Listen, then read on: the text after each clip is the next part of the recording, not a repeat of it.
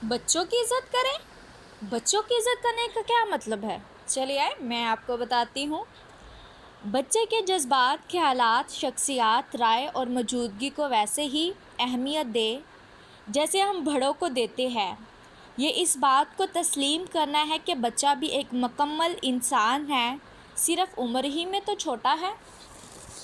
चलिए आए कुछ पॉइंट्स जानते हैं बच्चों की इज़्ज़त हम कैसे कर सकते हैं।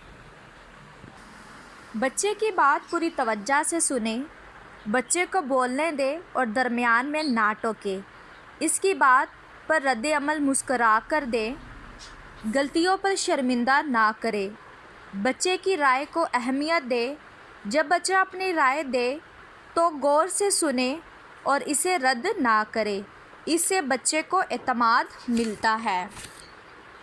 मोहब्बत भरे लहजे में बात करें, नरमी से बात करें, सख्त अल्फाज से परहेज़ करें, इनकी प्राइवेसी का ख्याल रखें,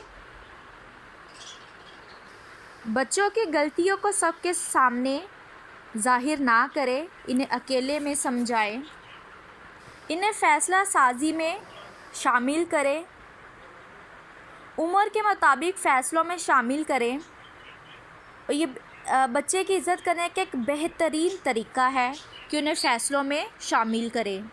मिसाली रवैया अपनाएं, खुद भी दूसरों की इज़्ज़त करें, बच्चों को सुने ना सिर्फ उनको सुनाएं, बच्चों के जज्बात का एहतराम करें, अगर बच्चा नाराज़ हो या उदास तो इसके जज्बात का मजाक ना उड़ाया जाए बल्कि इसे तन्हाई में समझाया जाए।